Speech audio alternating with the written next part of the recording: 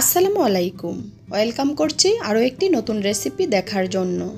আজ আমি আপনাদের সাথে শেয়ার করব কুরবানির ঈদ স্পেশাল আস্ত রসুন দিয়ে গরুর মাংস রান্নার রেসিপি। এবার ঈদে পরিবারের সবাইকে এই রেসিপিটি তৈরি করে খাওয়াতে পারেন। কুরবানির মাংস একটু ভিন্ন স্টাইলে রান্না করে খাওয়ালে পরিবারের সবাই পছন্দ করবে। আশা করছি আমার আজকের রেসিপিটি অন্যান্য রেসিপির মতো সবার কাছে সহজ ও ভালো লাগবে।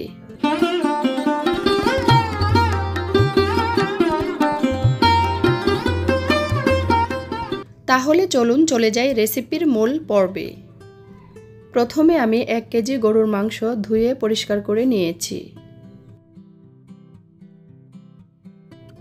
দিচ্ছি 1 কাপের চেয়ে একটু কম পেঁয়াজ বাটা। 2টা পেঁয়াজ কুচি করে দিয়েছি। 1 টেবিল চামচ রসুন বাটা, 1 চা চামচ আদা বাটা, দিচ্ছি পরিমাণ মতো লবণ, 1 টেবিল চামচ হলুদ গুঁড়া, 2 টেবিল চামচ মরিচ গুঁড়া, 1.5 টেবিল চামচ ধনিয়া গুঁড়া, 2 টেবিল চামচ জিরার গুঁড়া, কয়েকটি এলাচি,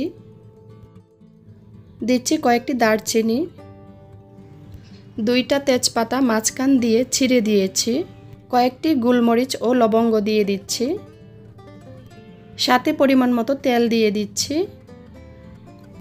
এবার সব কিছু খুব ভালো করে মাখিয়ে নিতে হবে।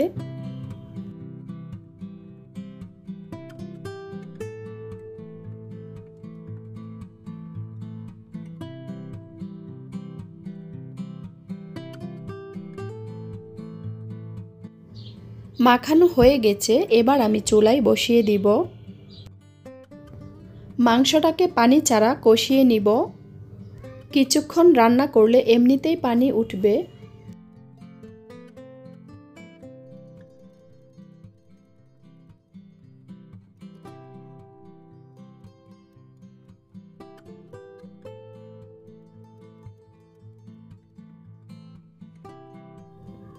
দুই থেকে 3 মিনিট রান্না করার পর মাংস থেকে পানি উঠে এসেছে। এবার মাংসটাকে খুব ভালো করে কষিয়ে নিচ্ছি। কিছুক্ষণ কষানোর পর মাংসটা সেদ্ধ হওয়ার জন্য পরিমাণ মতো পানি দিয়ে দিব।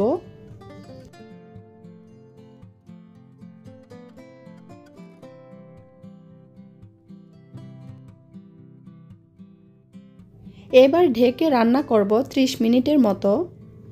চুলার হিট মিডিয়াম অবস্থায় রাখতে হবে, তাহলে খুব ভালোভাবে মাংসটা সেদ্ধ হয়ে যাবে।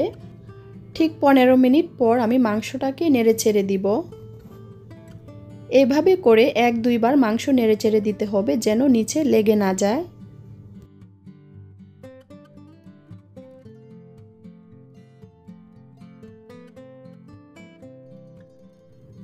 আবারও ঢেকে রান্না করব আরও 15 মিনিট। 30 মিনিট পর মাংসটা সেদ্ধ হয়ে গেছে। এবার নেড়ে ছেড়ে খুব ভালো করে কষিয়ে নিব। যতক্ষণ পর্যন্ত তেল ভেসে না উঠেছে ততক্ষণ পর্যন্ত কষিয়ে নিব। মাংস যত ভালো করে কষানো যায় এর স্বাদ কিন্তু ততটাই বেড়ে যায়।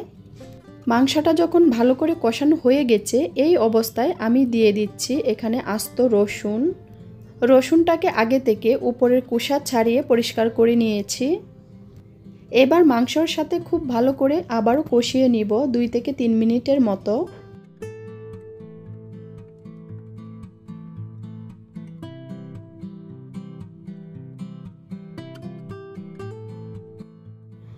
কষানো হয়ে গেছে। এবার ঝোলের জন্য পরিমাণ মতো পানি দিয়ে দিব।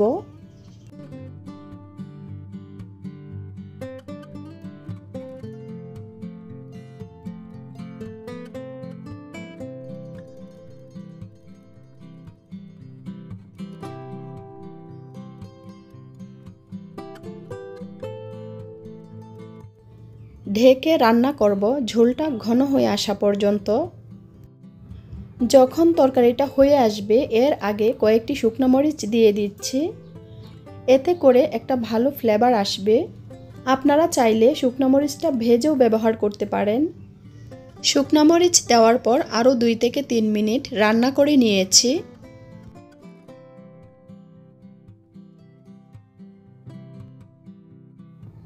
গরুর মাংস রান্নাটা হয়ে গেছে। কিছুটা ঠান্ডা হওয়ার পর এর ফাইনাল লুকটা কেমন হয়েছে আপনাদেরকে একটু দেখিয়ে দিচ্ছি। এবার একটি বাটিতে পরিবেশন করে নিয়েছি। ভাত, পোলাও, রুটি ইত্যাদির সাথে ঈদের দিন পরিবেশন করতে পারবেন। ভীষণ মজাদার একটি রেসিপি, আপনারা বাসায় ট্রাই করবেন। আশা করছি আমার আজকের রেসিপিটি সবার কাছে ভালো লেগেছে। আমার রেসিপিটি যদি ভালো লেগে থাকে তাহলে আমার চ্যানেলটিকে সাবস্ক্রাইব করে রাখতে পারেন। সবাই অনেক ভালো থাকবেন। আল্লাহ হাফেজ।